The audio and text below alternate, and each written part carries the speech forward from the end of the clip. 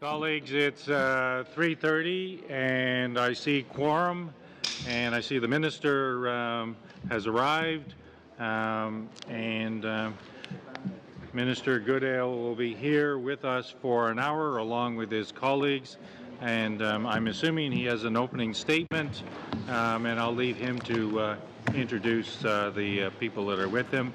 Welcome, Minister Goodale, to the committee. Thank you very much, Mr. Chairman and members of the committee.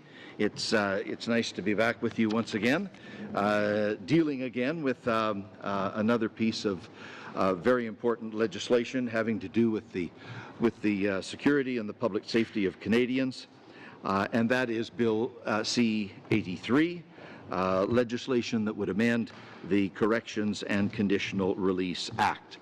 And I am indeed pleased to be joined here today with representatives of the Correctional Service of Canada, the Commissioner of the Service, Anne Kelly, to my left. Fraser McCauley is the Acting Senior Deputy Commissioner. Jennifer Wheatley is the Assistant Commissioner for Health Services. And from the Department of Public Safety, to my right, Angela Canidas, the Director General of the Corrections and Criminal Justice Secretariat. In everything we do in the correctional field, our first priority is always safety, the safety of the staff, the inmates, and the public. And the best way to achieve this objective is to promote rehabilitation effectively and safely. Safety and staff safety, above all, is a prerequisite for all the rehabilitative work that happens in the federal corrections system. And sometimes, for safety reasons, certain inmates need to be separated from the general population. Currently, the tool for doing that is administrative segregation, which involves keeping someone in their cell for as many as 22 hours a day with very little in the way of rehabilitative programming, interventions, or meaningful human contact. However, Mr. Chair, in the last year, 2 court cases, one in Ontario and the other in British Columbia, have found in different ways and for different reasons that segregation, as currently practiced, is unconstitutional. Those decisions are currently being appealed. One is being appealed by the government, the other is being appealed by the other party. But as things stand, those rulings will take effect in the coming months. In fact, one of them in December and another one in January. So we need to be prepared for those legal inevitabilities. This bill, C-83, proposes to eliminate segregation altogether and established structured intervention units, or SIUs, as an alternative. These units will be separate from the general population so that the safety imperative in our institutions will be met. But the SIUs will be designed and they will be resourced to ensure that the people who are placed there receive the interventions, the programming, and the treatment they require. There will be a minimum of 4 hours daily out of the cell and a minimum of 2 hours daily of meaningful interaction with other people, including the staff, volunteers, elders, chaplains, visitors, and other compatible inmates. There will also be a particular focus on mental health care, with new mental health professionals hired and assigned to the SIUs. The idea is to ensure that people can be separated from the general inmate population when that is necessary for important safety reasons, but only for as long as necessary and without sacrificing the access to rehabilitative programs, mental health care, and other interventions that help reduce the risk that offenders pose both while they're incarcerated and upon release. There were a number of issues raised by various members about this part of the bill during second reading debate in the House, and I will try to address as many of them as I can. First, the question of staff safety was brought up several times.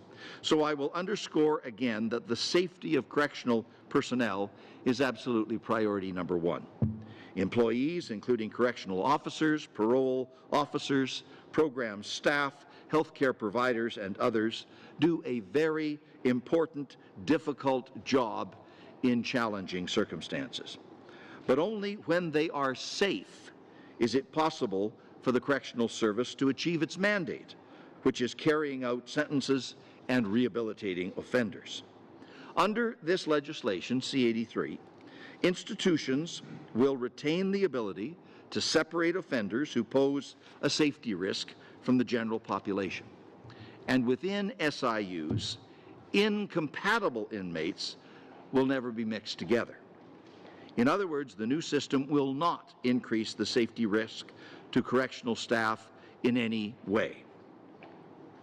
Questions were also asked during the debate about why the bill doesn't include an external oversight mechanism and a cap on the number of days an offender can spend in an SIU. The fact is that these were measures proposed as a way of guarding against the overuse of administrative segregation, because that system has been criticized as having harmful effects on inmates' mental health. The point, Mr. Chairman, is this: we are getting rid of administrative segregation. So the arguments pertaining to administrative segregation are no longer relevant. Structured intervention units, as compared to the previous system, will have mental health care at their core, along with other interventions, programs, and meaningful human contact. They are therefore qualitatively different from segregation. Nevertheless, there is a robust system of review built into this legislation. The law is clear that placement in an SIU may only last as long as absolutely necessary, and the warden will review an SIU placement within 5 days to ensure that the necessity remains the case. If the person is still there after another 30 days, the warden will conduct another review, and the commissioner will conduct her own reviews every 30 days thereafter. Plus, and this is an important point, Mr. Chair, a healthcare professional can recommend removal from the SIU at any time. Having said that, we of course understand the important need for accountability. To ensure that the new system is implemented as intended, that is our goal. To that end, once SIUs are up and running, the Correctional Service will publish statistics on a quarterly basis so that Canadians can see exactly how many people have been in SIUs and for how long. The Commissioner will notify the correctional investigator whenever someone hits the 30-day mark, and every 30 days after that. And community partners such as the John Howard Society, Elizabeth Fry Society, St. Leonard's, and others will be welcomed into the SIUs to see how they are functioning and to provide important feedback. That feedback and transparency are an important part of how we want to make this system work. Finally, speaking of making it work, Mr. Chair, we know the new system will require new resources, providing interventions, programs, and treatments to offenders outside the general population is a labor-intensive proposition. We understand that, and we will be providing the resources necessary for it to happen effectively and for it to happen safely. And safety is the bottom line. The legislation prioritizes the safety of correctional employees and the people in their custody. In fact, by enhancing the interventions and treatment provided to inmates who pose a particular risk, the new SIU system will help lower that risk and make the institutions safer. And ultimately, when their sentences are over, offenders are more likely to return safely to our communities if they have received effective rehabilitative programming, interventions, and treatment.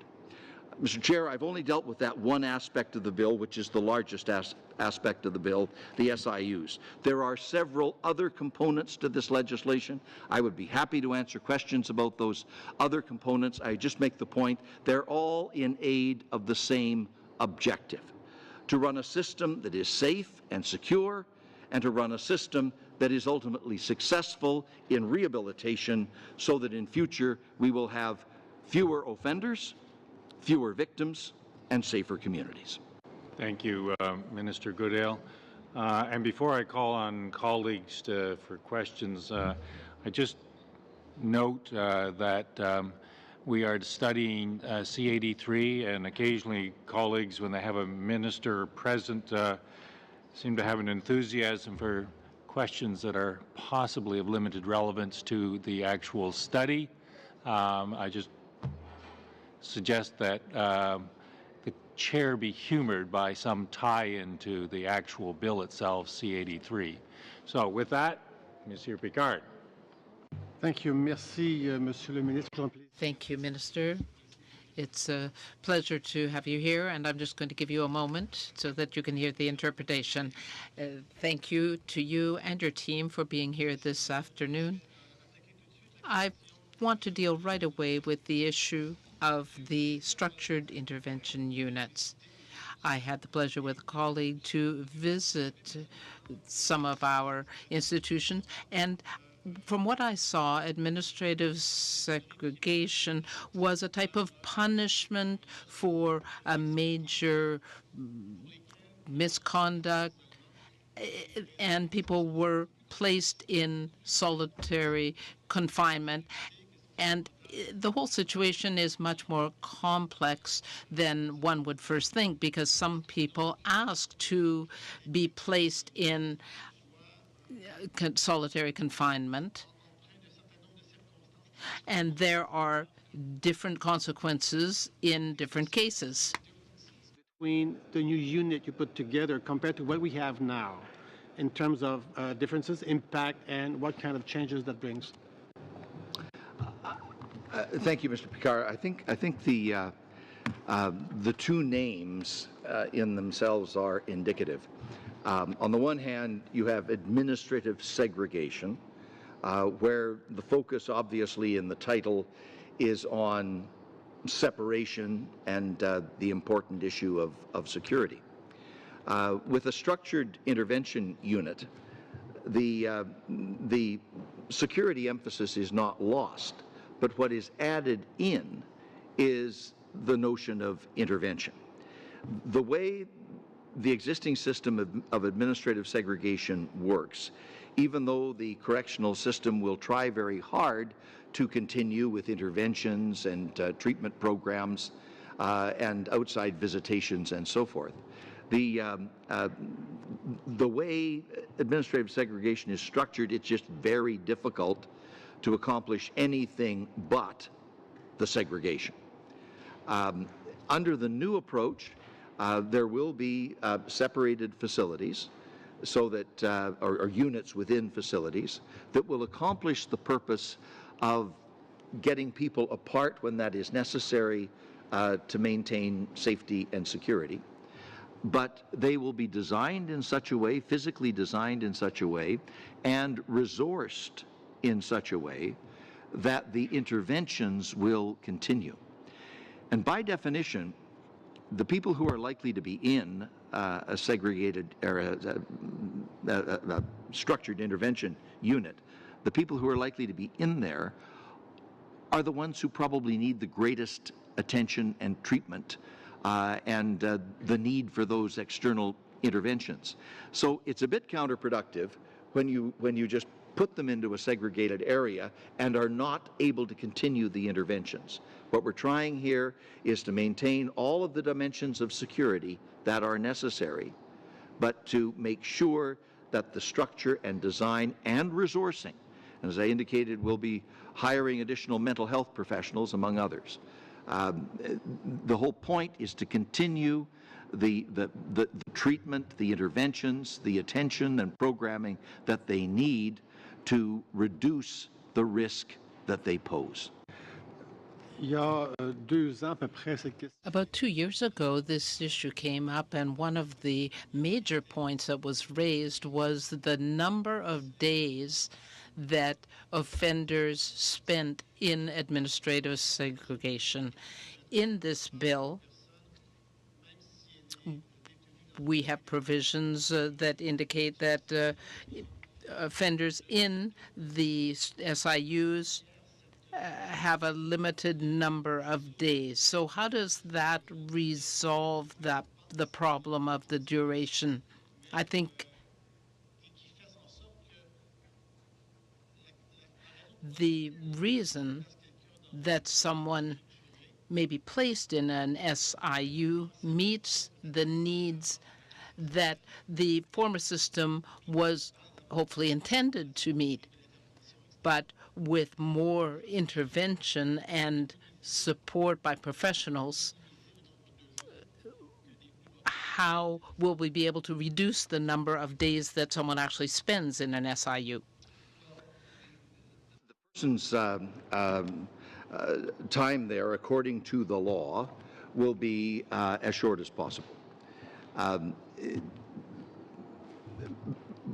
But the critical thing is that all of the time that they will be in a structured intervention unit, they will, in fact, be receiving the treatment that they need to modify their behavior, to deal with mental health issues, to be counseled, in the case of Indigenous people, for example, by elders, to be visited by the John Howard Society, the Elizabeth Fry Society, to receive the kind of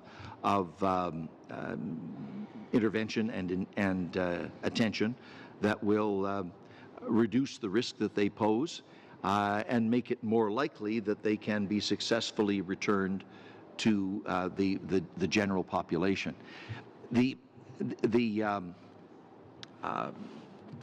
problem with the previous form of admin seg, as it was called, or before that, solitary confinement, is that it was for 22 hours a day, that person alone in a very dark place, probably getting worse, probably increasing the danger and the risk.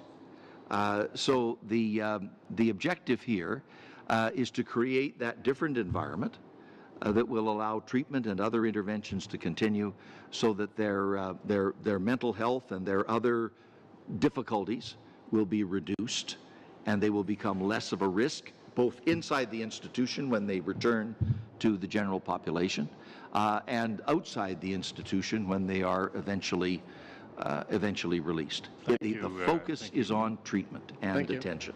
Thank you, Mr. Picard. Mr. Palus, 7 minutes, s'il vous plaît. Merci. 7 minutes, please. Thank you, Mr. Chairman and Minister and his colleagues. In the bill on page 3, provision 29.1, we have different classifications of the institutions from minimum to maximum security. There was a report on this. If having someone going to Healing Lodge where her room would be considered maximum security, is that positive? Is that part of the system? What's going on with that situation?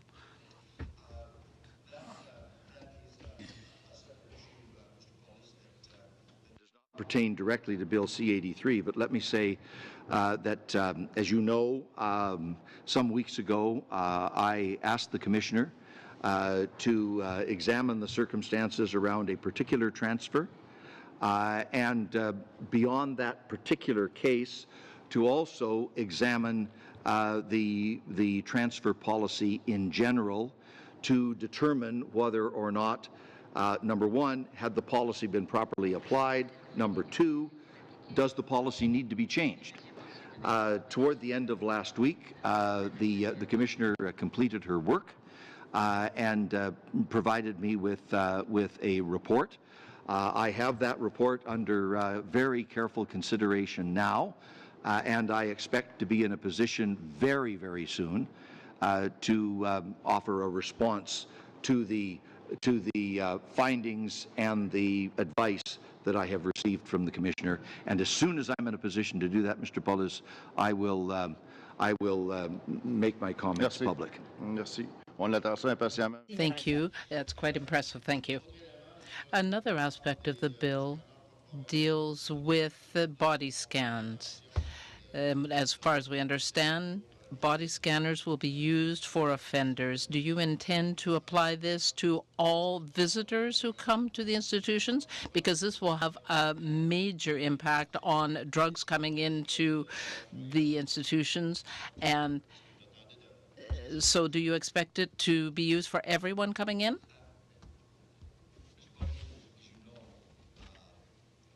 Contraband getting into correctional facilities is a serious problem. It presents very serious safety and security issues.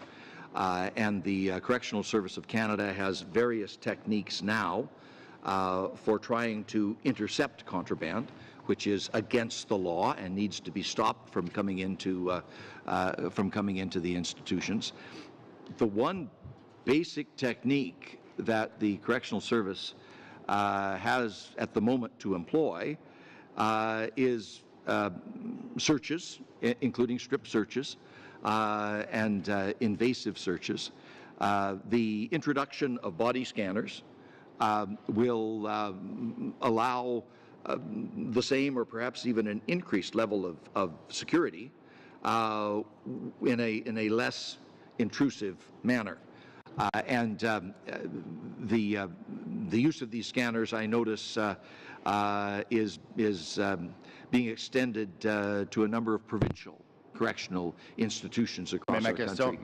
So, my question, Minister, is whether you intend to use body scanners for all visitors who will be coming into institutions, which will eliminate about 95% or more of the drugs coming into institutions. Do you intend to use it for everyone? Purpose. Let me just ask Commissioner Kelly to comment on what her practical intentions are. So yes, with the body scanners, it would be for use with the offenders and with the visitors.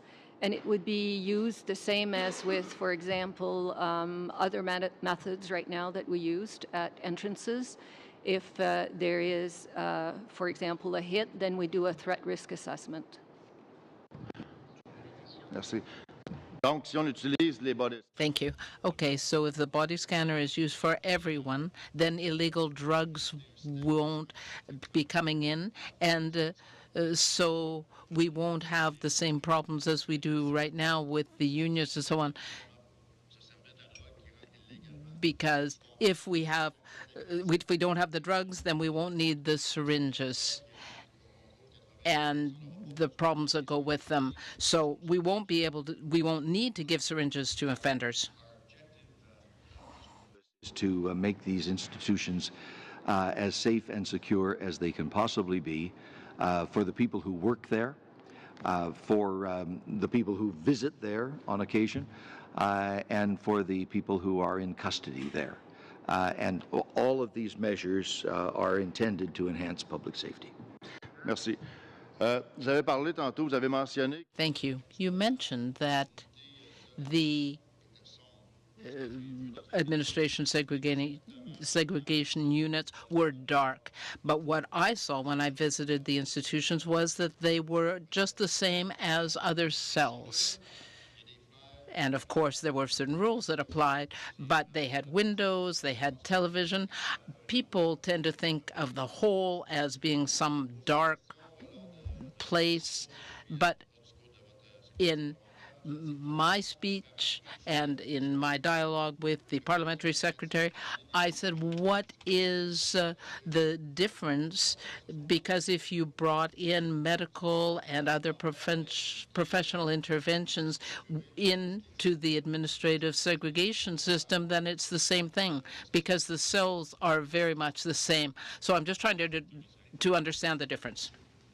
Crucial distinction is the level of service, treatment, interventions, the amount of time that is allowed out of the cell during the day, which will be doubled in an SIU compared to administrative segregation. And again, the whole orientation of the system. Under administrative segregation, the heavy emphasis has been on the control and the safety and security imperatives without continuing treatment.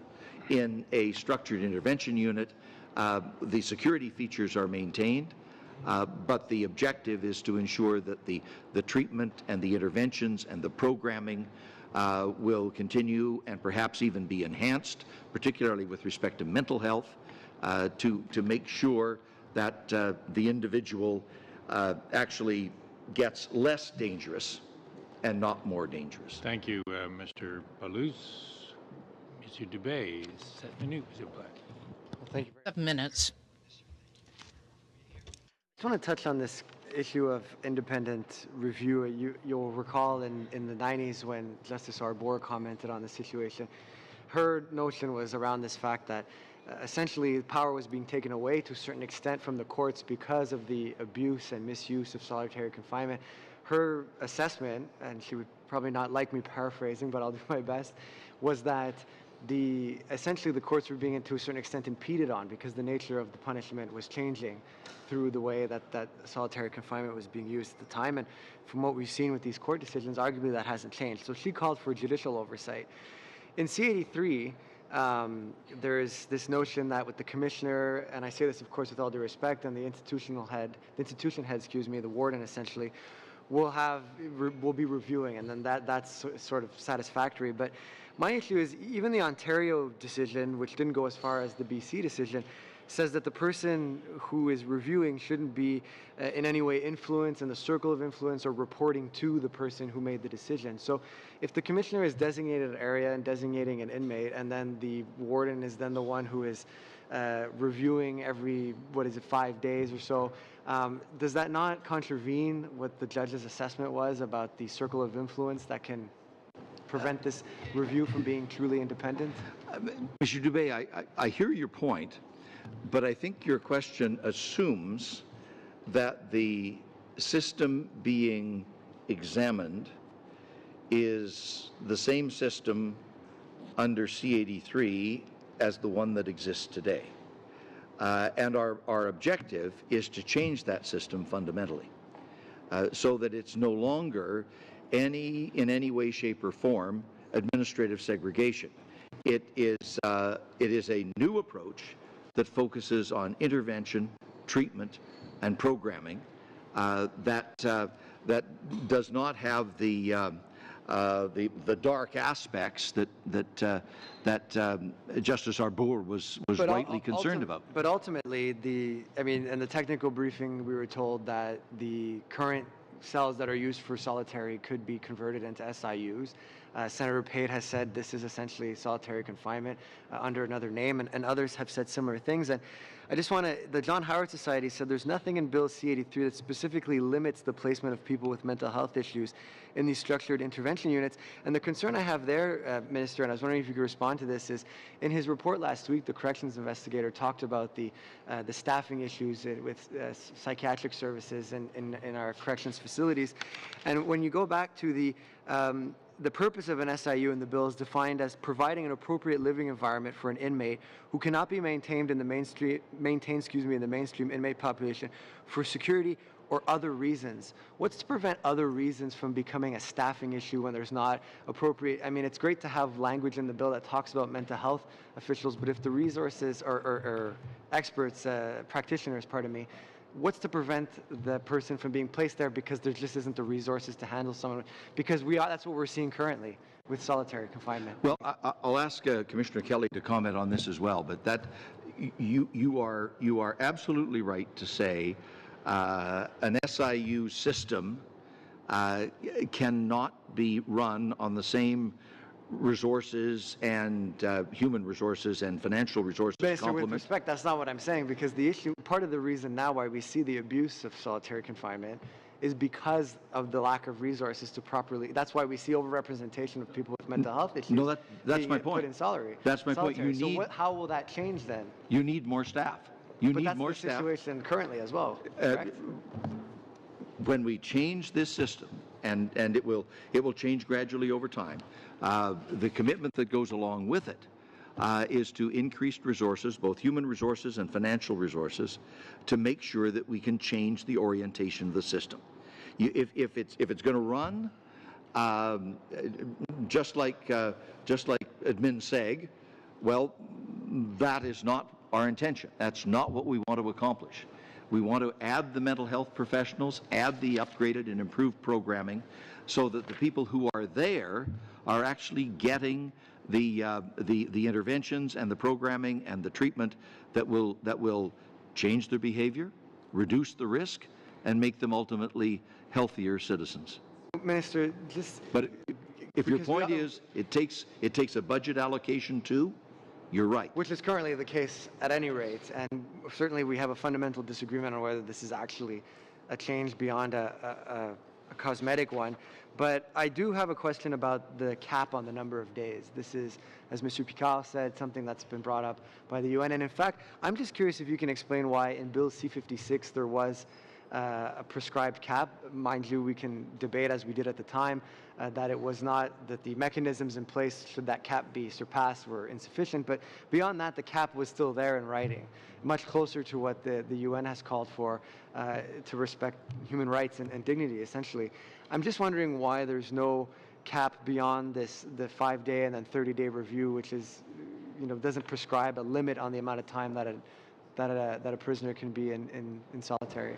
A cap is necessary if you're dealing with a system of administrative segregation. And as you recall, we proposed to start at 20 days and bring it down to 15. Minister, can you really say that when we're going from 22 or 23 hours to 20 hours a day, that we're really fundamentally changing what the current system is, though? It is absolutely fundamentally different because the programming continues, Mr. Dubé.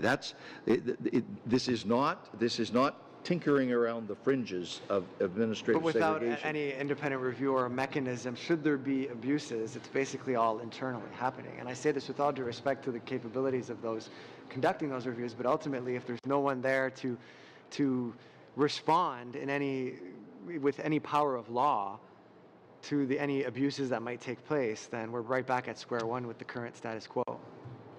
Let me ask Commissioner Kelly, because she will be charged with running this system in a way that does reflect the fundamental changes. No longer administrative segregation. It is a mental health My time is up, Minister, approach. and we'll have the officials the next hour, but I don't think we've been convinced that it's truly a different system. Well, thank you, Mr. Dubé, and I apologize, Ms. Kelly. We are captive of clocks. Madame Demov, 7 minutes, please. Thank you, Chair. Thank you, Minister, for being here and along with all of your officials. I actually really like the intent of this bill, and I think there's some really transformational changes that are being made in here. I have a number of questions. The first one has to do with healing lodges, though, because there is a change in this that modifies Section 81 of the Act. And what it does is it authorizes CSC to enter into agreements. Currently, the language is with the Aboriginal community, and the new language would change that to an Indigenous governing body or any Indigenous organization. Now, I had the opportunity in Edmonton to visit Stan Daniels and Buffalo Sage, both of which are outstanding examples of a partnership with the Native Counseling Service of Alberta. And I wonder, Minister, if you could perhaps explain to us why that language has been changed in Section 81. It was actually also a recommendation that came out of our Status of Women report, is that we allow organizations like Stan Daniels to be able to run more of these healing lodges. The objective, Ms. Damoff, is to have language that accurately reflects the contracting capacity of the person or the organization with whom you will be entering into a contract with. If I got my participles right. The language in the present law is a bit vague, and the intention here is to use, to describe the other contracting party that has the legal capacity to enter into a contract with the Correctional Service of Canada. There is no intention here to narrow the scope or to make it, to rule out potential contracting parties, but they do need to have the legal capacity to enter into a legally binding contract. And I note that the language that we've used here is similar to the language that is used in other legislation for the Department of Indigenous Services and so forth. We've tried to mirror the same way of expressing it. If some further clarity needs to be found in that language so that we get the intent exactly right, we would be happy to consider any amendments that might be proposed. But we think this language, running in parallel to what Indigenous Services Canada does, accurately reflects the intention here to enter into contracts for the provision of services with the other side having the legal capacity to sign the contract and to honor it. Thank you, Minister. One of the fundamental changes that's being included in Bill C-83 is the increased number and role of healthcare professionals in these SIUs. And I mean, the fact is that in the past, administrative segregation has been used for individuals with mental health issues. And I'm wondering, Minister, can you comment on whether or not these mental health professionals will have the ability to move individuals from an SIU to a treatment facility, and if there's contemplated at some point additional funding for more treatment facilities? Because often, in my opinion, many of these individuals should actually be being treated for their mental health issues and not being put into segregation, which is what was being done in the past. So I wonder if you could comment on that a little bit. The intention is indeed to substantially increase the number of mental health professionals and to give them the professional independence to come to their own conclusions about the conditions or the circumstances of a particular individual, and not in any way to feel compelled or coerced by the correctional setting that they are in. They would have the independence to require the right kind of treatment for that particular person according to their best independent professional judgment. Let me ask Commissioner Kelly to add. Before Commissioner Kelly, would that allow us to perhaps provide that independent oversight that I don't disagree with Monsieur Dubé in terms of making sure that someone independent is watching what's going on in these units, and I'm wondering if these healthcare professionals can provide that independent oversight, and maybe there's some tweaking in the language in the bill to give them the power to have that oversight ability. They certainly have a critical role to play in that regard. Commissioner Kelly, do you have something to add?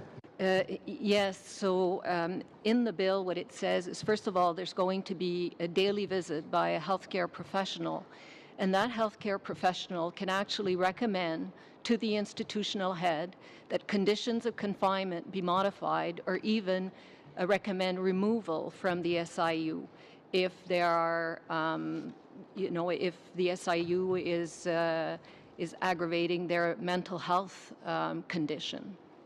I only have a minute left.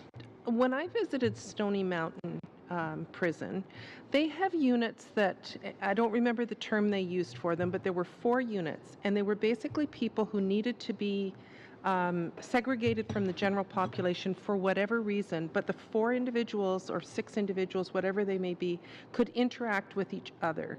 So physically, it was much different than a segregation unit that I've seen. Is that generally the thinking around these SIUs?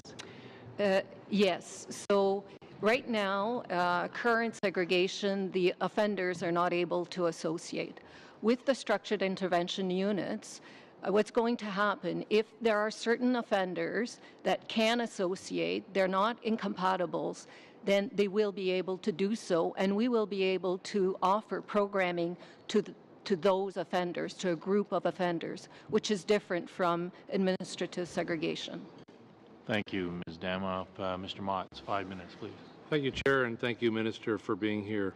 You indicated in your opening remarks that this legislation has in no way or will in no way impact the safety of the staff in the prisons. Now, the Union of Correctional Officers in Canada has expressed concern with this legislation, particularly with eliminating disciplinary segregation. Allow me to quote their president, Mr. Godin, who said, "The correctional officers need tools to ensure that inmates displaying dangerous and violent behavior have some consequences for their actions. Since Correctional Services Canada has limited its use of segregation with new policies, there has been an increase in the number of assaults on inmates and staff." So with that reality, what in this bill will make sure that correctional officers will be safe at work? The power to separate people when they need to be separated for the purposes of safety, whether that's safety of the institution, safety of the staff, safety of other inmates, safety of personnel that may be visiting the institution, that power to get people apart if they need to be apart for safety reasons, that power remains. All right. So you had indicated also in your opening remarks, Minister, that there will be, the SIUs will be redesigned.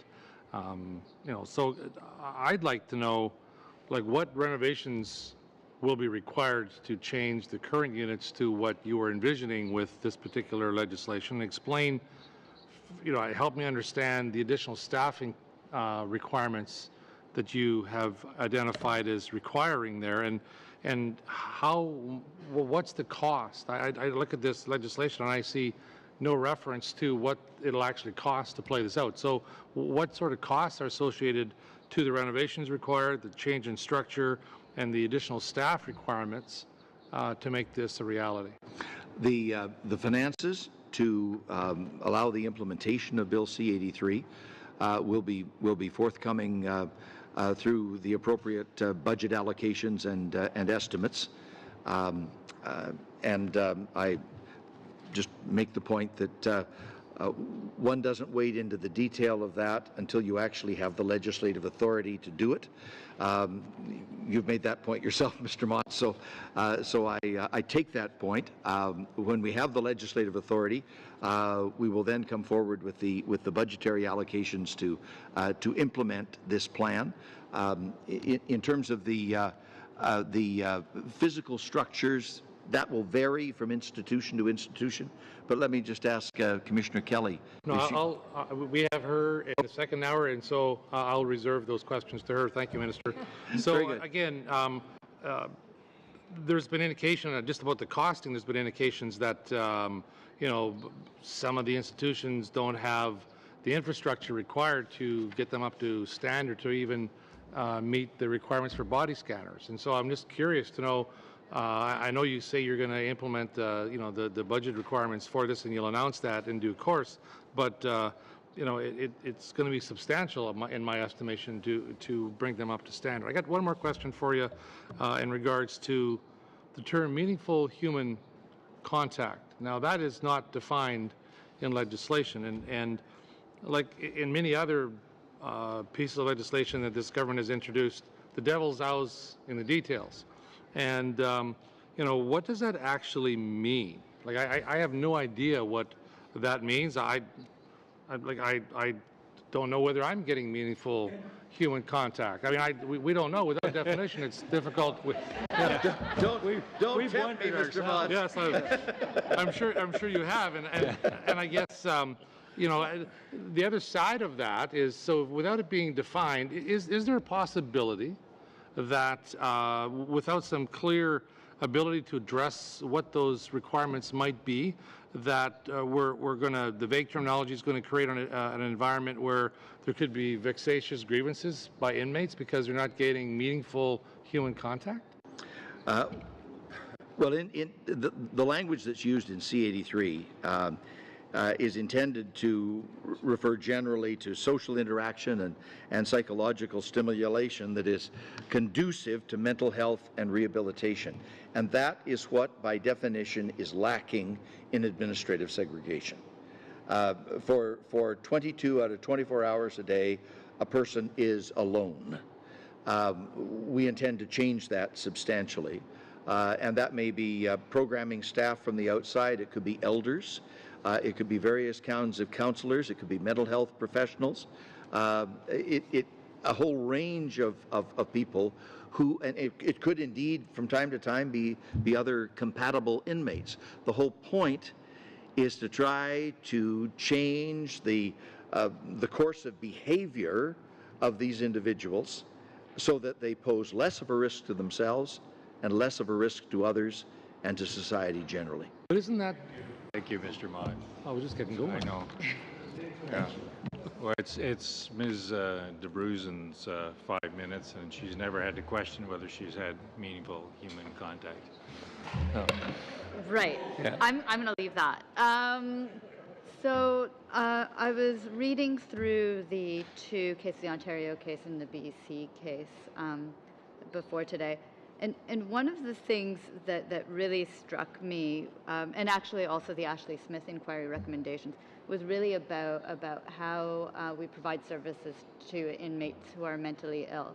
And in the decision from the BC court, it states, on the evidence before this court, the most serious deficiency in dealing with administrative segregation placements is the inadequacy of the government's processes for dealing with the mentally ill. And I was wondering, with this bill, how does this bill respond to those concerns that were raised by the court? The answer to that, Mr. Bruson, is that lies at the core of what C-83 is all about. To provide the capacity in the segregated intervention units through mental health professionals and others to make the interventions, to provide the treatment and care that will, in fact, address those mental health issues. And I think I mentioned in the debate in the House that with respect to the overall population of offenders, the number with significant mental health issues is in the neighborhood of 70%, I believe, when you add men and women together.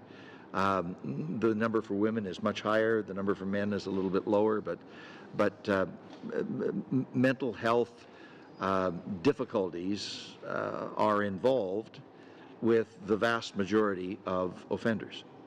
And if we're not addressing that and just sort of storing people till the time runs out and they're eventually released, they're very likely to come out of the system in worse shape and more dangerous than how they went in. And if I may, because one of the things that struck me was a finding of fact in the BC case about some individuals actually seeing someone for mental health services only once a week.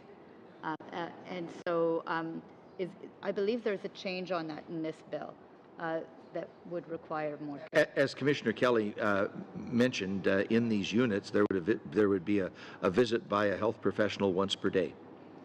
And the legislation specifically safeguards the professional independence of that person, of the mental health professional, to be able to exercise their judgment according to what they believe is right.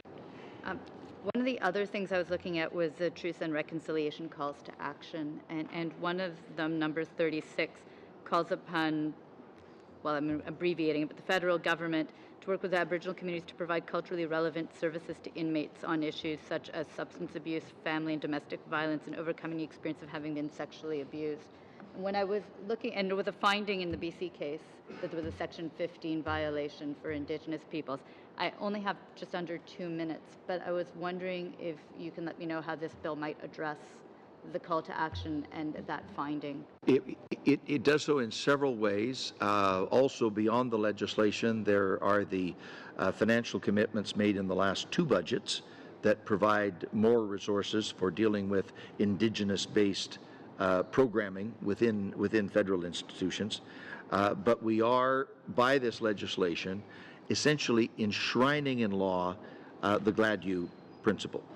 The Correctional Service has, for the last 15 or 20 years, applied the GLADU principle in the way it has tried to function, but now it will be actually enshrined in law that Indigenous histories and backgrounds and characteristics need to be taken into account in the custodial and transfer and treatment decisions made by the Correctional Service of Canada.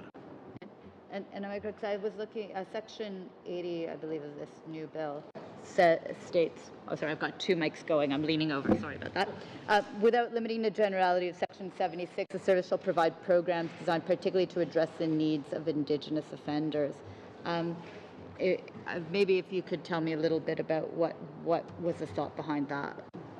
Well, there has been criticism over the years from the courts. You referred to some of it, from the Office of the Correctional Investigator and others, from John Howard and Elizabeth Fry and others, that Indigenous people do not have as much access in our federal institutions as other inmates have to programming and services that is appropriate to them.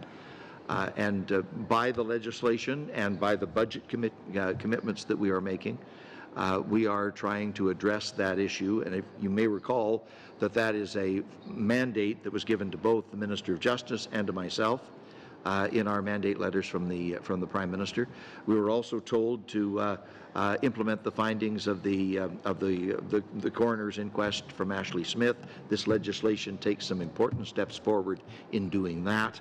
And Ashley Smith's case is one of the very tragic circumstances where an Indigenous woman with significant mental health issues was failed by our system. Thank you, and Mr. we're trying Brusen. to address that. Thank you, Minister. Mr. Glinsky, 5 minutes, please. Thank you.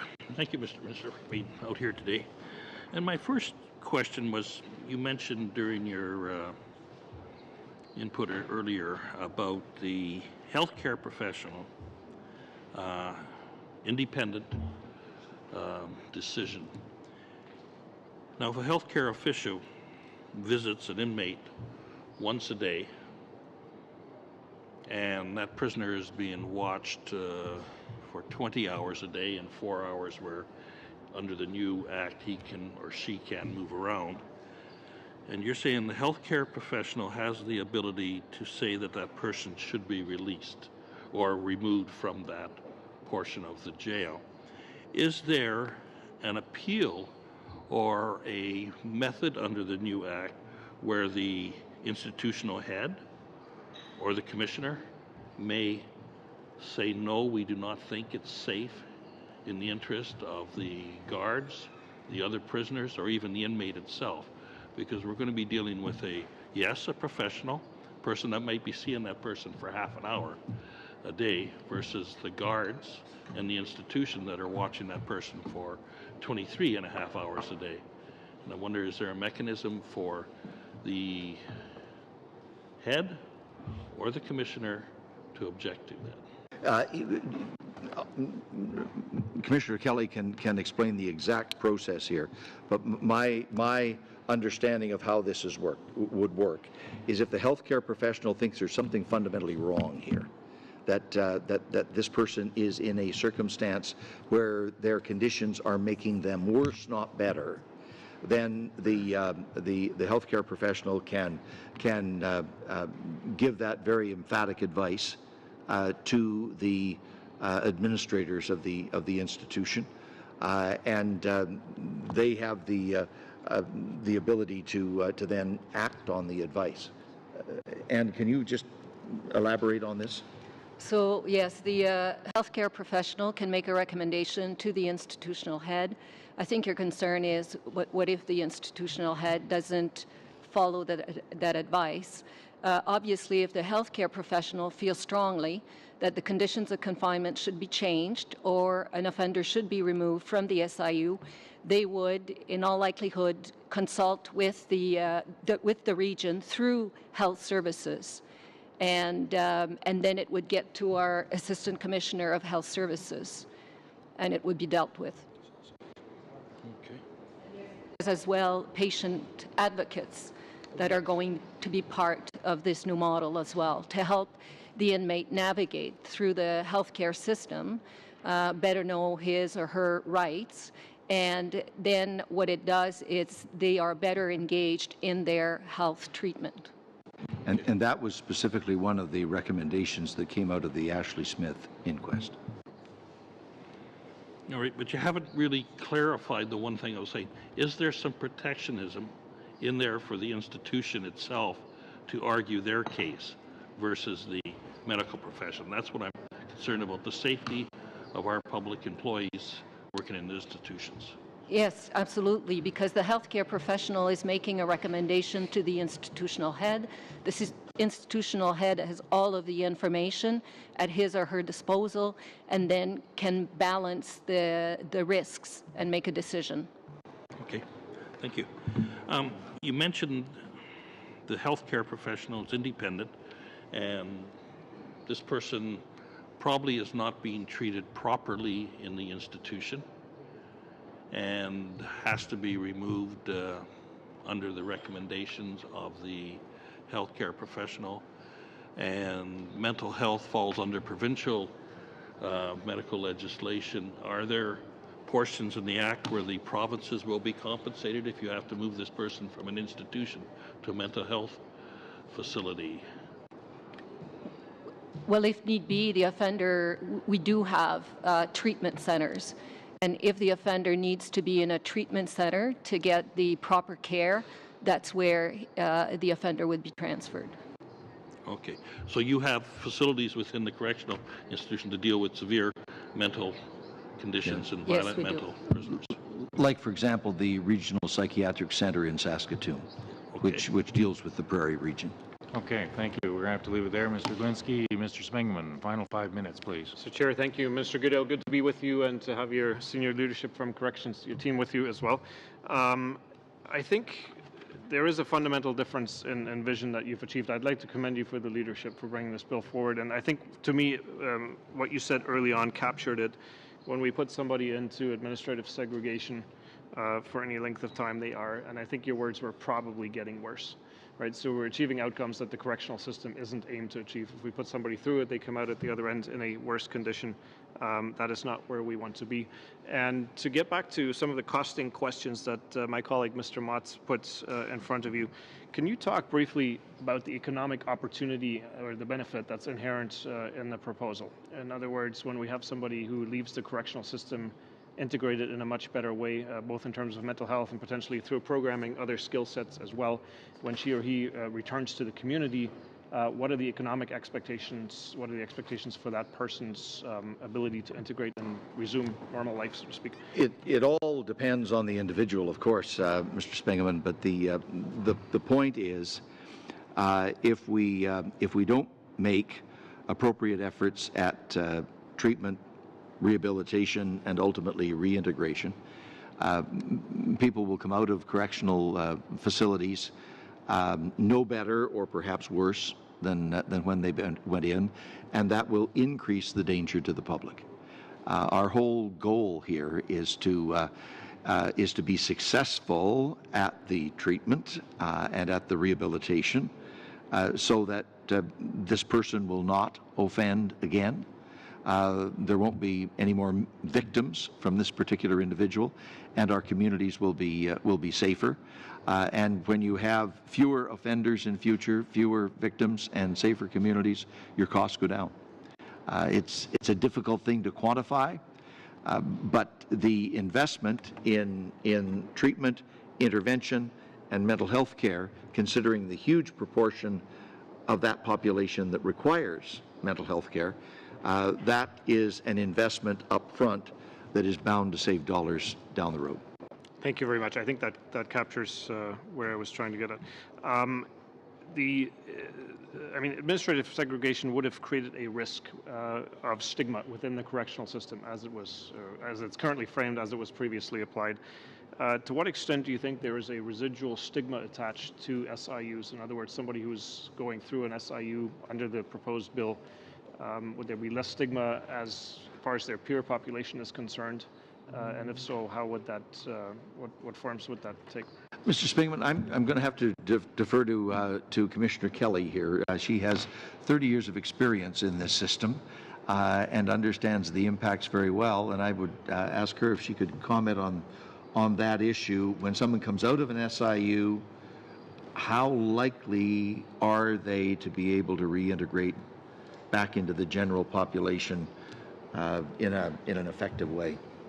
Well, I believe in the SIUs, because of the targeted programming and interventions that are going to be provided, our goal is to ensure that we address the underlying behavior, the reasons why offenders are placed in SIUs in the first place, and then ensure that when they are returned to mainstream population, they don't come back to an SIU.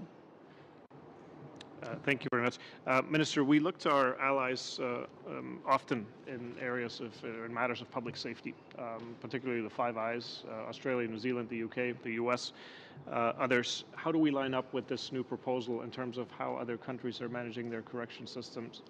And is this the cutting edge, ending administrative segregation altogether? Are other countries doing it? And what experience, if any, is coming back to us from them?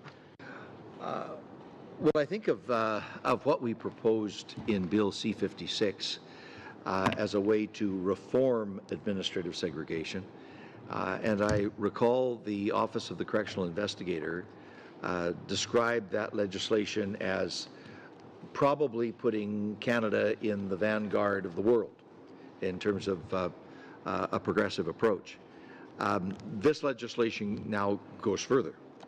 Eliminating administrative segregation and creating a quite different model that is intended to focus on mental health and other forms of treatment and intervention.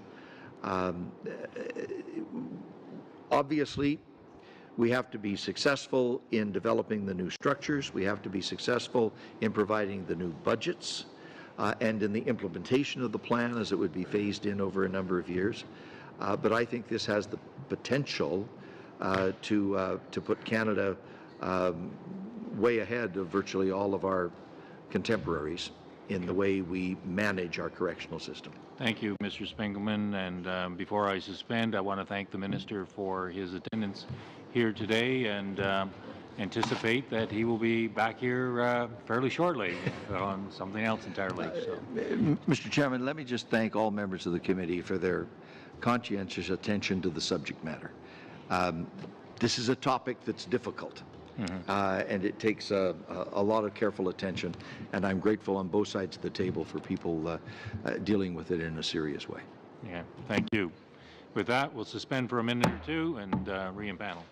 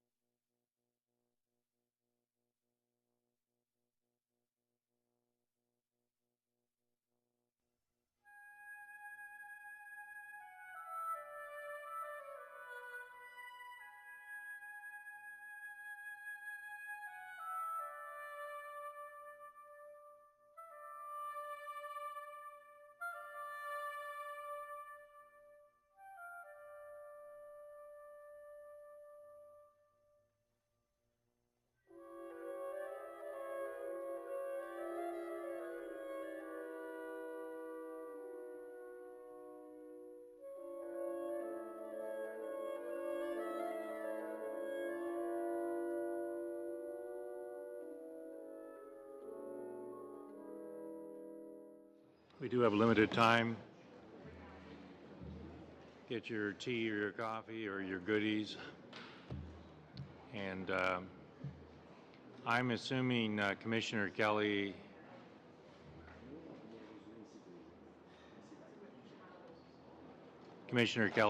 I'm assuming that you have no further additional statement you wish to make, or no? No, I don't. So we'll go directly to. No. So we'll go directly to. I didn't mean to hit the glass as well, and I hope nobody has to kiss anybody. Ms. DeBruzen, you have 7 minutes, please. Thank you. So referring again, they got the two microphones for me now, they know me. When I was reading the BC decision, one of the things that really struck me was there was evidence from a Mr. Summers that talked about inmates volunteering to be in segregation as comprising the largest proportion of segregated inmates and the most difficult to get out of segregation. And that stuck with me because then there were findings later in the case that the judge made about how can you deal with these inmates in particular. I was wondering, how do you believe, is there any improvement through this bill about how to deal with those individuals, and what can you see structurally to be able to help to get those people out faster from the structured intervention units? So you're quite right. We do have a certain percentage of offenders, for example, that are currently in segregation that want to be there. It's at their own request. We're likely going to have the same in the structured intervention units. But what's going to be different about it is, again, the fact that we will have targeted interventions and programming.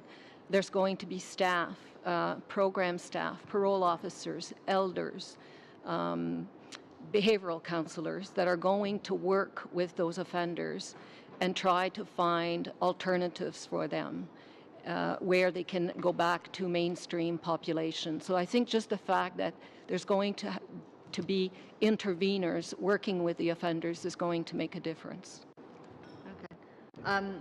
And if it was just because that was one piece. I believe that the case referred to a new subpopulation labeled voluntary disassociation. And anyway, so they were talking about even having a separate system for those individuals. I don't know how realistic that is, and I don't know operationally if they're held in a different place, or how does it work operationally for the voluntary? Actually, right now, with the offenders that we have in our current SEG, again, we do have a percentage that are there voluntarily, and actually work is underway right now to see how we can work with them and find them alternatives to current segregation. So in some of our institutions where we have ranges or units that currently are not full, we're trying to see if we can take some of these offenders and place them in those ranges. Fraser, do you want to elaborate? Yeah, so it's a bit twofold. One would be in the SIUs, we'd be looking at the root cause of why they're not willing to integrate. Then if there's requirements to intervene in that, we would do that. Then the other object right now is if they just plainly don't and we can find other places where they can assimilate, then we're going to be looking at that as well. So it's a two-prong approach. I appreciate it. The reason I raise it is just because it seemed to be pointed out as a subpopulation where hard caps on days was harder to deal with. And so I'm trying to see where the solutions are potentially and how this system might be able to deal with it. Just the other question that I had was when I was reading through, there were some stories, because they had inmate stories in there about, there was one individual who talked about how she had managed to take classes in the regular mainstream population that had increased her education, I believe, from grade 5 to almost graduating, but that once she was in segregation, because basically somebody was just dropping assignments for her and leaving, she didn't complete. How in the structured intervention units do you see being able to do classes or education which wouldn't be someone just dropping a piece of paper and saying this is your assignment for this week? Like, how would you manage that in this new structure? Because as part of the structured intervention units, there's also going to be teachers that are available to work with the offenders. So the offenders that are upgrading their education will be able to pursue that and finish upgrading their education. And because the way I understand is that there are teachers now, they just kind of don't spend time directly with the inmates in that way if they're in what is segregated, administered segregation right now. Is it that there needs to be different kinds of physical spaces so that perhaps these inmates can have time with a teacher one-on-one or as a group setting? Like, how would that work? It's, as I mentioned earlier, current segregation, the offenders are each in their cell. With the structured intervention units, we're going to look, is it possible that certain groups of offenders can actually associate together? And if they can, then we'll be able to offer programming to that group of offender, and the same with actually teaching. No, thank you. That's helpful, just because that really struck me when I was looking through the different stories about when you talk about rehabilitation and trying to allow people to continue on a course that they were at. The other thing that I was curious about, just this was kind of shifting a bit, but we had talked about ion scanners and been studying ion scanners here at committee. And in this bill, I see bringing in body scanners is part of what's seen. Is there a place where you envision body scanners potentially replacing ion scanners and the use of ion scanners for visitors? I'll ask my colleague to respond to that. So there is the possibility under different conditions that would occur. The body scan, and depending on the technologies we're going to use, and there's still a lot of reviewing to be done as to what type of technology and where they'll be placed within the institution. But the ion scan is not just for drugs, it's for other things as well. So they'll be working together. I don't see it as being we'll now just completely eliminate ion scans. Right, I believe I'm out of time. Yep. Thank you. We're going to have to leave it there. Monsieur Palus, 7 minutes, s'il vous plaît. Merci, Monsieur le Président. Thank you, Mr. Chairman. I am still very skeptical after listening to everyone about this bill. We're talking about preventive measures, and somebody will still have to be there 20 out of 24 hours, so it's just 2 hours less. Right now in penitentiaries, there are services that are provided to inmates in regular cells, but when they go into administrative segregation, it's because somebody needs to calm down or someone sometimes asks to be removed from the general population. I know that there may have been some cases of abuse, but that's the basic principle. So with this bill, you intend to recreate a sort of regular section within the institution and allow these inmates to have contact among themselves. But the principle of confining people separately is for one of the two reasons that I just mentioned. So what is the objective here? I still don't understand, really. Don't you think this will create a situation where there will be the general population and then we'll have the SIU, but there will still be a need for another type of isolation, because when we've got people in maximum security, these aren't choir boys. We seem to be moving toward a softer system, but don't we also need a stricter option? The structured intervention units, inmates have to meet certain criteria in order to be moved there, either for the safety and security within the institution or of the other inmates or staff. So, yes, inmates can be separated out. but at least they'll be out of their cell at least 4 hours a day, including 2 hours for structured programming. They will be working with people, but that's individual attention, not a group sort of system, because if you are separating people out then and you try to put them together for discussion groups, you're going to create problems.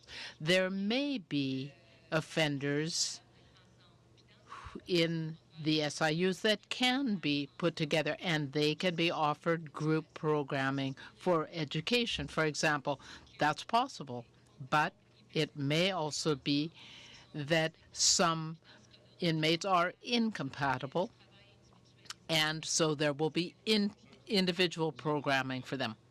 Well, that's why I was saying earlier that there will be a need for a third type of section, because some people need to be confined separately. They cannot be put in a group situation. Paul Bernardo, for example, I think he's been in solitary confinement alone for all of the time he's been there, practically. You're not going to put him in a group therapy situation. And there are a number like that. Yes, there are some offenders that are in that situation. If we can put them in a group, we will, and if not, we won't. My colleague just asked a question about body scanners. This is very highly developed right now. I think British Columbia is already using this system, and 95%, maybe not 100%, but apparently 95% of drugs and other things that people secrete into body cavities can be detected. So do you believe that this is the case, that 95% of drugs will be detected? I don't have a percentage. But do you believe that the technology is very highly developed? Ontario is already working with this technology, and BC too. Do you have discussions with the provinces to know? Yes, we do. We consult the provinces on their use and the success of these technologies. We're still looking at different models. Bill C-83 calls for the technology to be used for inmates, but there seems to be some hesitation about using it systematically for all visitors. Would you go that far? In the bill, inmates, visitors, and staff are all covered systematically. Very well. So I want to come back to the issue of the syringe program that you want to impose across the system. You know that the unions are dead set against this. If we can screen out drugs and keep drones from dropping drugs into penitentiaries, then we won't need those syringes, because that's really dangerous for the health of staff. To begin with, this is a health program. We want to protect people against transmissible diseases. As you say, there are drones that are dropping drugs. They're becoming increasingly sophisticated. Sometimes they drop these things into the grass, and we have to do searches for them. So right now, we still have that problem. But the danger for the staff is about the syringes. As you know, the offenders can think up many things to do with a sharp syringe. Yes.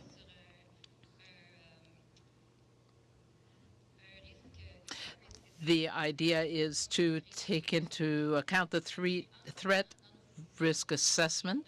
Right now, in our institutions, we have diabetics who are using insulin. Right now, an offender can ask for a syringe and receive it. Thank you, Mr. Baluz. 7 minutes, Mr. Dewey. Merci, Monsieur le Président. Thank you, Mr. Chairman. In some cases, my questions may not be for you, but I will ask my questions anyway. There's a change in English from Aboriginal to Indigenous, so that's one change that's been made. The word is the same in French. There's also a change with respect to recognized rights under Section 35 of the Charter.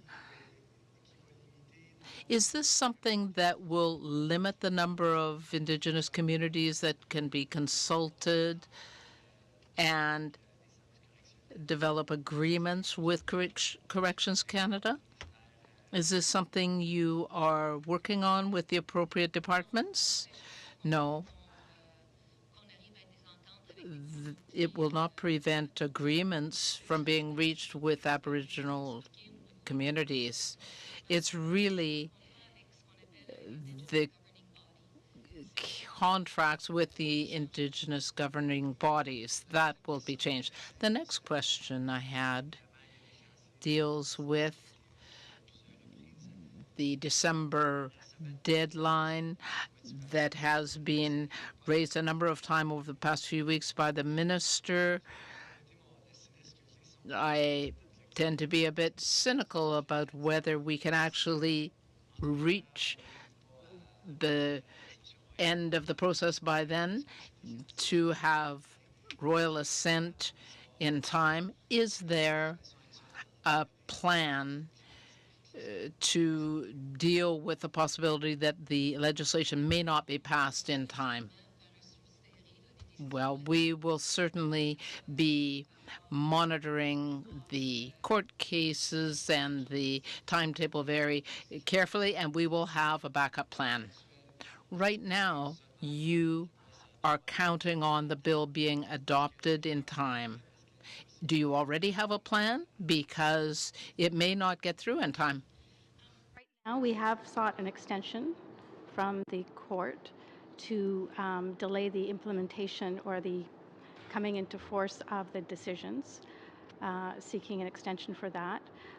Definitely the priority for the contingency plans will be the safety and security of the staff, the inmates, and the institution itself. Getting into specifics right now isn't possible, but it is definitely the intention of Public Safety and Correctional Services Canada to work together to ensure that the contingency plan in place, should the need arise, will protect the safety of the staff and the institution and inmates. So I imagine that when we talk about the safety of the correctional staff, hypothetical situations aren't always easy to evoke, but will the unions be involved in any contingency plan development? For all of our policies, certainly they will have a role to play. Thank you. I referred earlier to the technical briefing that was held on this bill. And the issue that came up a number of times was about resources. More resources will be needed if this bill is passed. And we were told that the facilities used right now for administrative segregation might be transformed. And I'm wondering if that is the commissioner's intention after Bill C-83 is passed. Yes, we can use the spaces that exist already, but what we will be looking at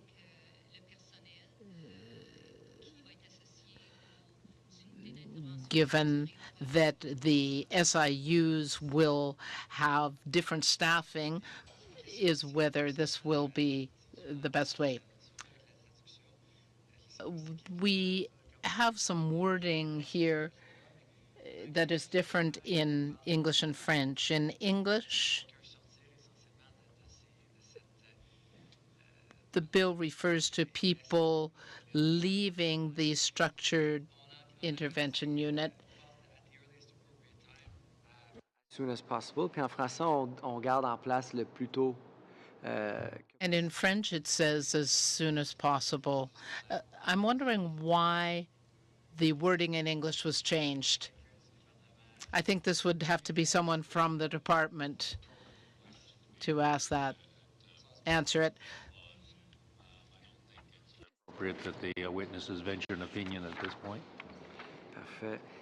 Combien de temps encore, Monsieur le Président? How much time do I have left, Mr. Chairman? More than a minute. Okay. Ma dernière question, je veux juste revenir. My last question refers back to a question that I asked the minister. In the definition, and I'll just use the English. Maintained in the mainstream inmate population for security. Sécurité, ça s'explique assez facilement. That's very understandable. But then it says for other reasons. What other reasons might there be? For example, a lack of staff or other reasons? Can you tell us why an inmate might be moved other than for security reasons? Usually it is for security and safety reasons for the institution or other people. D'autres raisons. Donc, l'aspect sécurité, je comprends. So it seems that there are other reasons in addition to security. Who voluntarily wish to go into administrative segregation who may not pose a serious security risk, and it could happen for the SIUs as well. Thank you, Mr. Dubé. Madame Soda. Thank you. 7 minutes. Earlier this year, the Parliamentary Budget Officer tabled a report looking at costs of inmates. And what came to my attention was the cost for those that were in segregation was extremely higher than all other types of inmates. Minimum security medium was about $130 a day, given to anywhere to $230, depending on what type of facility you were in. But segregation was costing over $1,000, about $1,269 is what they estimated. Why such a difference in the costs? And is this new the implementation of the SIUs? We've been hearing a lot about the resources that are going to be needed for this, but would there be savings in other areas that might be recouped in this program? Actually, I'd have to see. I can't answer. I'd have to get back to you on that. Okay. The cost for segregated offenders. Yeah. So you don't know why that would be higher? It depends what they capture in the cost of segregated offenders. Mm-hmm. Because obviously, with our segregated population, what we try to do is reduce the numbers, so sometimes there's transfers involved. So if that's captured in the cost, it might be as a result of that, but I would have to see the breakdown. In creating this piece of legislation, were considerations of the correctional officers, the staff that works in these facilities taken into account? Yes. So as the minister said, with those structured intervention units, there was also a need for resources. And the types of resources that are going to be required are correctional officers, program and parole officers, as well as elders and healthcare professionals as well. Okay. From the opposition, we've been hearing concern, and I'm sure it is valid concern about the safety of the correctional officers in the facilities. Was that brought to your attention in the drafting of this legislation before? Safety of all staff is a priority for us.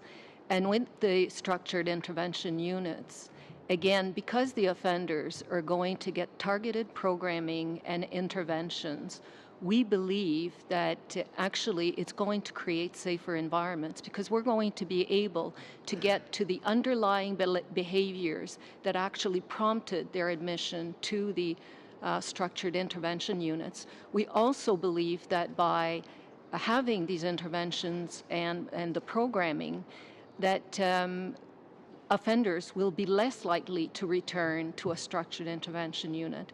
And I just want to say that research has shown in terms of programs, they can reduce general reoffending by 45% and violent reoffending by 63%, which is substantial.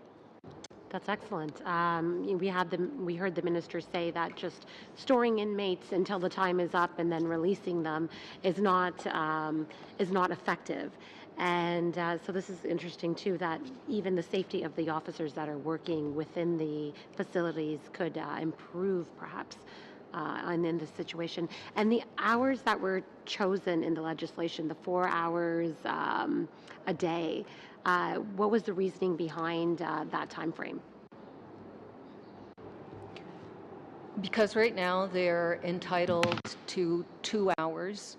So we look to 4 hours, again, looking at a full day in prison, and it's 4 hours with 2 hours of structured, again, intervention and programming. So, I mean, so you think double the time would result in a big difference? Like what kind of studies, what kind of results do you expect to see from the 2 hour to the 4? The results we expect to get is, again, because of the programming and intervention that's going to take place with the offenders, we expect to, first of all, to have more engaged offenders in their correctional plan. Again, addressing their underlying behavior that got them into the SIU, and seeing fewer returns to the SIU, so offenders that can actually manage in mainstream population.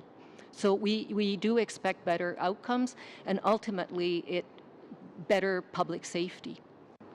The minister was stating earlier that we would be ahead of the curve if this legislation is passed. Can I get your comments on that, and from anyone up on the panel about why you think this legislation is important and why it would put us ahead of the curve? Are there other countries, though, that are perhaps not within that, the Five Eyes, that have implemented similar pieces of legislation or made these changes that we've learned from or can learn from? It's very true, as the minister said, we would be ahead of the curve. No countries that we've studied, and we did this when we introduced Bill C-56 as well, have taken such a deliberate approach to focus the safety on the reintegration aspect and dealing with the underlying causes. In Norway, they do make it a priority for those who are excluded from the general population to receive some targeted interventions. No other countries have a legislative requirement that they should be out for. And remember, this in the legislation is a minimum of 4 hours. So this is across the board substantially more beneficial for reintegration than other countries have. Okay. Before I turn it over to Mr. Motts, you referenced a PBO report. Can you be specific as to which PBO report? And then once we've got a specific PBO report, we could ask the commissioner to comment on it and undertake to forward her comments to the committee. Is that? I believe it was March 2018 that. And I can get you more details. Okay. Yeah. March 2018. So Yeah. it's a fairly recent report. Yes. Okay. So based upon that, we'll take it as an undertaking that you'll offer your observations with respect to that report and forward it to the committee. We're hoping in a timely fashion because we're all under a little bit of pressure here. Mr. Motts, 5 minutes, please. Thank you, Chair. Thank you, Commissioner Kelly, for being here and your staff. As we heard from the minister during his remarks and in answering questions, as well as a comment that you just made, there appears to be with this legislation will prompt a substantial increase in health professionals, in mental health workers, in probation, parole, program workers. You mentioned correctional officers, guards as well. So has Correctional Services Canada undertaken an analysis of the actual number of resources you'll be required to implement and step up as in compliance to this legislation? This is something that we're still looking at. So you have not had any idea of how many numbers you're going to need across the spectrum of what your mandate is federally in the country? I don't have those numbers. So, but you are doing them, or you have done them? We are looking at that. Okay.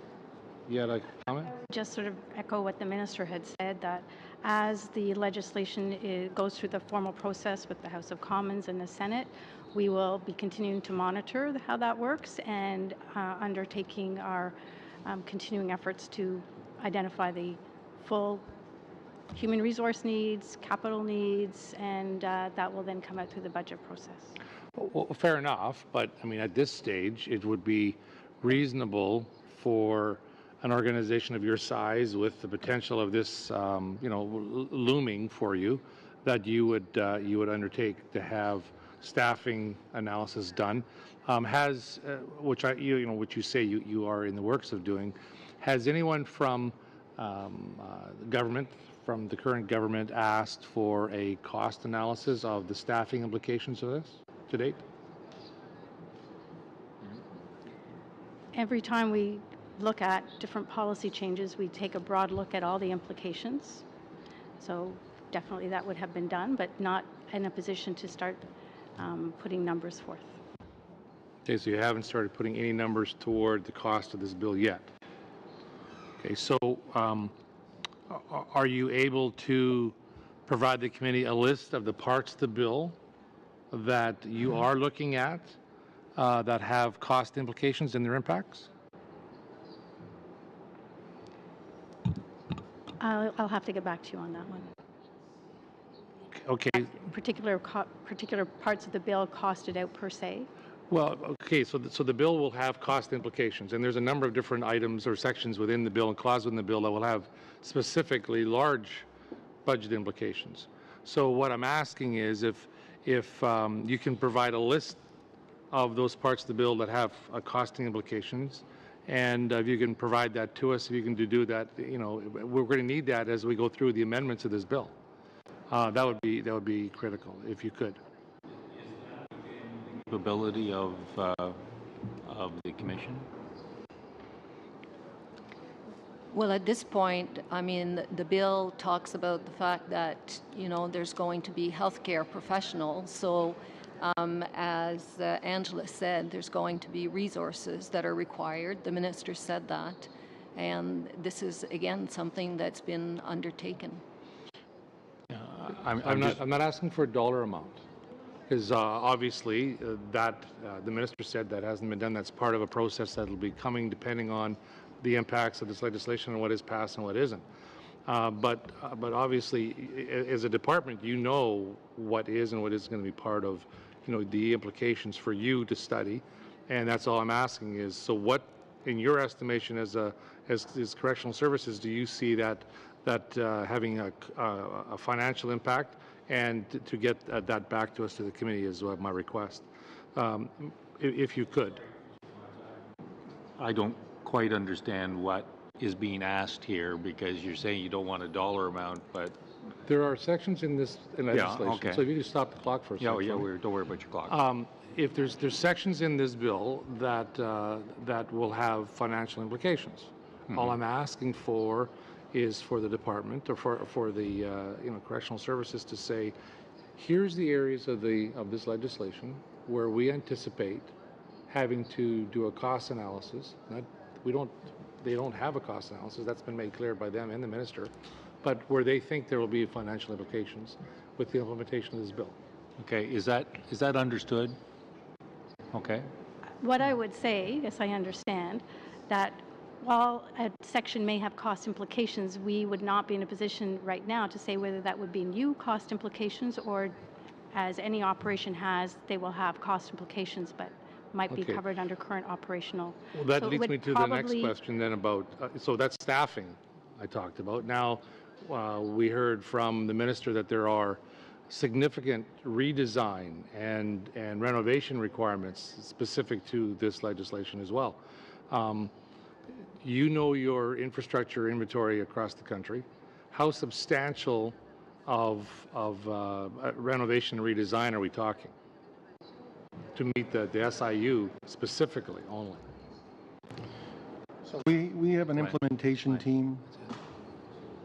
Already 6 minutes. So we have go ahead and answer his question, but we have an implementation team that's Mr. Mods is always disappointed at how I run the clock. Yeah. It's extra fast for me. Yeah. Go ahead. So we have put together an implementation team.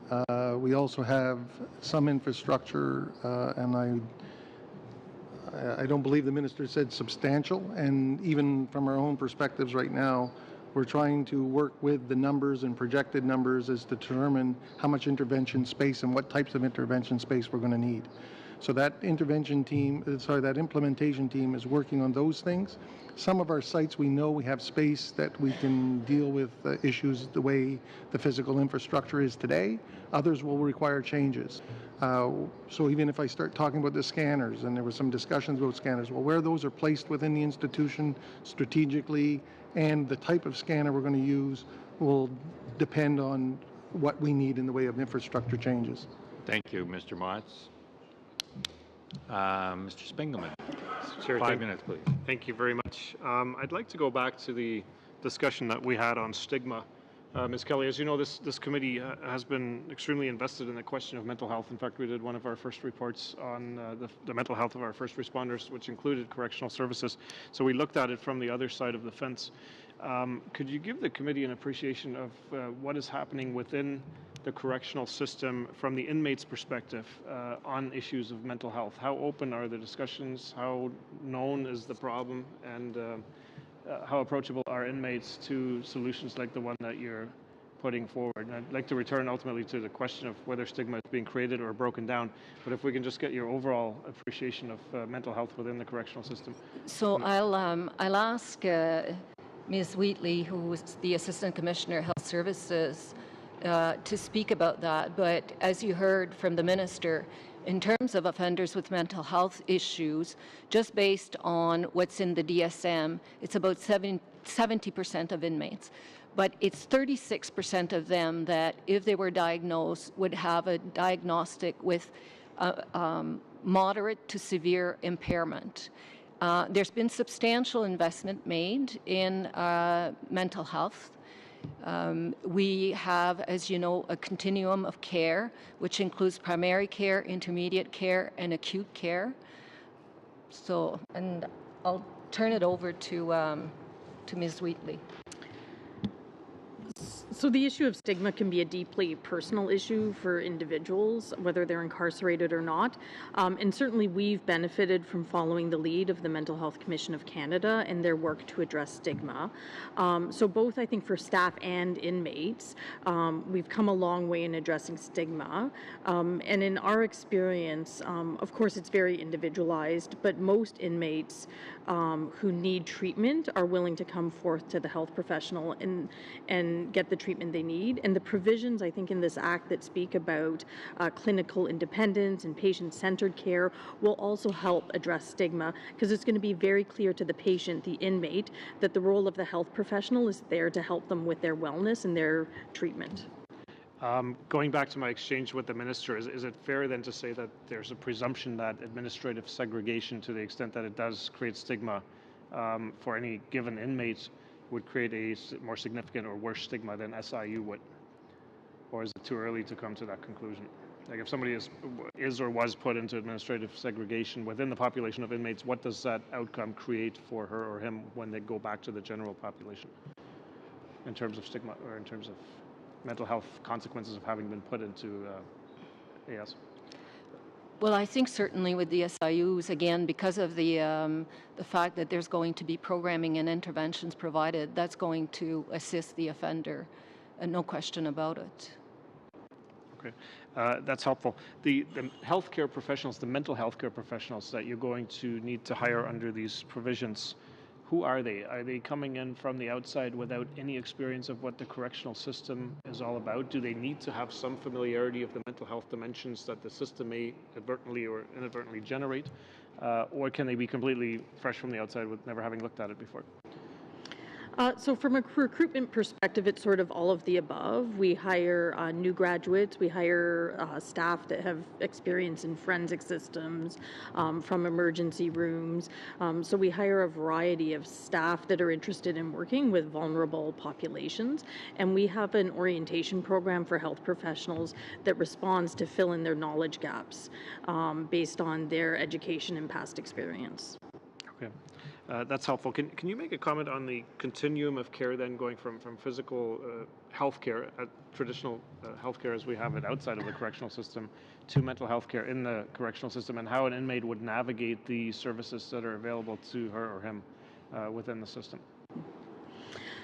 So the bill speaks to the role of patient advocacy, both as a fundamental responsibility for all healthcare professionals and then as a specific service in institutions that are designated by the commissioner. So those patient advocates and the patient advocacy role is really there to help the inmates navigate the system, to understand their rights, and to assist their family members as well when we're dealing with serious mental illness and trying to put together appropriate plans and treatments together with the inmate patient.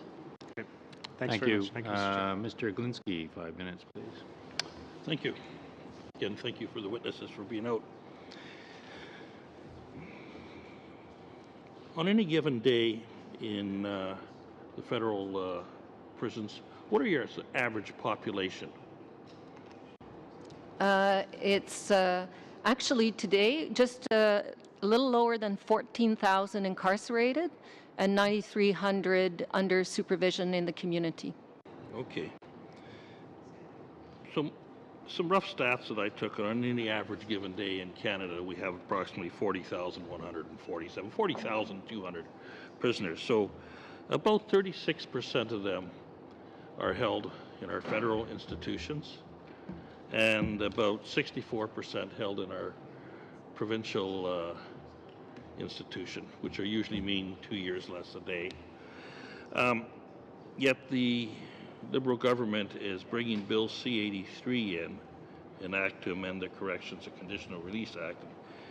Yet, why are we only concerned with the federal prisoners' rights and not the rights of provincial prisoners held? And does your organization work with the provincial counterparts? And is there any action going to be taken to see if they're going to come on board or similar standards? Well, what I can say is, as the federal service, we administer the sentences imposed by the courts for offenders that are serving 2 years or more. I can't speak to what is occurring in the provincial government. Okay. So the provincial government does not have to follow the guidelines at all here. So their segregation will still probably take place as it's been taking place in the past. I think the provincial government probably has some interest in what we're doing, but then they have to make a decision as to what they will do. Okay, thank you. As Ms. Sahota mentioned earlier, the cost was up about 1,269 days for a person in solitary confinement. In your experience of 30 years, and I think we've probably got well over 100 years experience here in the institution facilities, do you feel that there will be a greater cost incurred per prisoner than we currently are at, just because of the new demographics that are being given to you under Bill 83? I can't speak to that. What I can say is that with Bill C-83 and what's being proposed, again, is addressing the underlying behaviors of offenders that will be going into structured intervention units. Hopefully we can address those behaviors, which will mean that they can then integrate the mainstream population, be engaged in their correctional plan, and actually then be able to go before the parole board and, if they're eligible, potentially get released and become law-abiding citizens. Okay, thank you. One further question. The federal institution, I believe you have maximum security, medium security, and you have minimum security facilities. Now, we've had a lot of talk in the newspapers, and a lot of criticism about Terry Lynn McClintock and her release to a local wellness center in Saskatchewan. And I wonder if you could explain to me who in the current penal system, federal penal system, makes that decision whether a person is in maximum or in medium or in minimum. I do believe some weight is placed on the offense that the person has been convicted of, but I wondered who makes that decision and to place these persons, whether they were in maximum or move them to medium or move them to minimum. We were behaving so well up until this question. Well, I think it's a very fair question. No, it's a fair question in generalities, as far as the way in which the decision might be made and the officers or the people who might be responsible for the decision. But I don't think that we should get into the specifics of the person you mentioned. Okay, well, just take the person out of there. Who makes the decision to move people from That's fair. maximum, medium to minimum? Okay. So first of all, there's a number of factors that need to be considered when we classify an offender. We consider institutional adjustment, we consider escape risk, we consider risk to the safety of the public, and under each of those factors, there's many sub-factors. We also have actuarial tools that we use that parole officers complete. And again, if the actuarial tool says one thing and they're looking at something else and it doesn't correspond, then they need to ask themselves some more questions. In terms of the decision, for the most part, the decision is made by the institutional head, although in certain cases, it's more elevated than the institutional head. Okay, thank you, Mr. Iglinski. Ms. Damoff, 5 minutes, please. Thanks, Chair. I have a few questions, so I'm going to ask if you can be brief. The first one has to do, there's a section in the bill that allows the commissioner to classify penitentiaries or areas. It's 29.1. And I'm just wondering if you can clarify for us. I know that we have multi-level security institutions right now. I visited one with the Edmonton Institute for Women is minimum, medium, and maximum security. Does that section give you perhaps you can clarify what that section does, and does it give you authority to designate individual areas within an institute? So I would be able to create, for example, certain areas of the institution as a healthcare unit or as a structured intervention unit. That's what it's going to allow me to do. Thank you.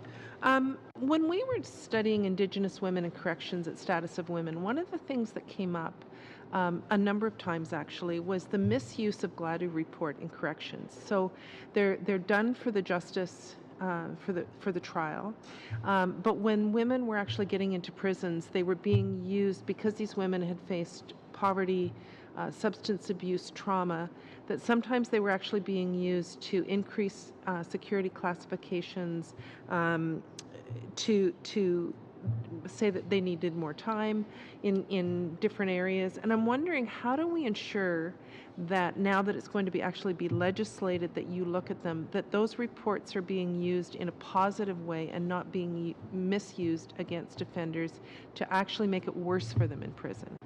It's through training. And actually, we were very good at documenting the unique circumstances of Indigenous offenders. Where it's more difficult is then take those factors, which, as you say, are often aggravating factors, and look at alternative options and then see if those options can be applied. But through training, what we're hearing, and actually both Mr. McCauley and I were at several institutions, and their staff were saying that actually the quality of their report has increased through the training. They understand it better, how to use those factors, and then look at alternative options. Thank you. And just to, sorry, but even what the parole officers have shared with us, which is very encouraging, it's not only the quality of the reports for Indigenous offenders, but they're looking at every offender differently and looking at their unique circumstances. Thank you. I understand that when I visited the Regional Psychiatric Center, healthcare authorities or healthcare workers there have authority now. And so in that institute, they work alongside parole officers and corrections officers. Is that what you're envisioning in these SIUs, is a similar type system where they're working side by side and not one on top of the other? Absolutely. It's going to be integrated so people work together. And actually, Jennifer can speak more to this, but even in our treatment centers, you'll see in the morning the staff get together, and it's not siloed. It's actually all the different groups of staff to talk about what's going on and the different cases. I think one of the unique things about working in the correctional system is the interdisciplinary team for any patient includes correctional officers, parole officers, elders, because we all need to work collaboratively on the same, with the patient on the same treatment goals. So we've certainly defined interdisciplinary teams very broadly based on our environment. And do we envision additional training for corrections staff? Mental health training in particular. I was quite concerned at the Regional Psychiatric Center that they only get 1 hour of mental health training there, which to me seems grossly inadequate for the type of interventions they need. So I only have 30 seconds left, but I'm just wondering if you can speak to the need for additional training, mental health training in particular. So we're consistently and constantly reviewing the training we provide to staff. A lot of the training that we previously provided as standalone courses is now integrated into existing courses. So integrated into the first course that correctional officers receive, we've integrated mental health training into that course so that when you're learning about static and dynamic factors, you learn about how those are impacted for people with mental health needs. So it's a much more integrated way of doing training as opposed to standalone courses. But we're also always reviewing that and getting feedback from staff and reviewing our national training standards. Thank you, Ms. Damoff. Final 3 minutes, Mr. Dubé. Merci, Monsieur le Président. Thank you, Mr. Chairman. I would just like to talk about Clause 10 with the exceptions.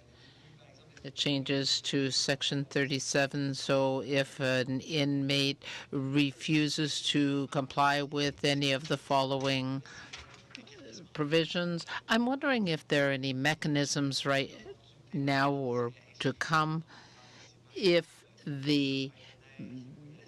there are problems, for example, if it's -40, if there's a snowstorm, is there anything that will protect the reasonable right for an inmate to have time outside the cell as prescribed in the legislation? So if I understand correctly, well, if the inmate refuses to take advantage of the measures for, so it's the refusal then under 36.1, perhaps if there's a big snowstorm, it's -40, maybe the inmate will refuse to go and get fresh air. Most of us would. So is there any protection to make sure that the opportunities that are offered to the inmate are reasonable and can be refused in certain cases?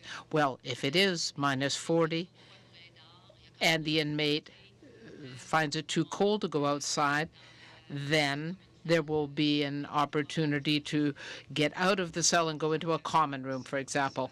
Okay. But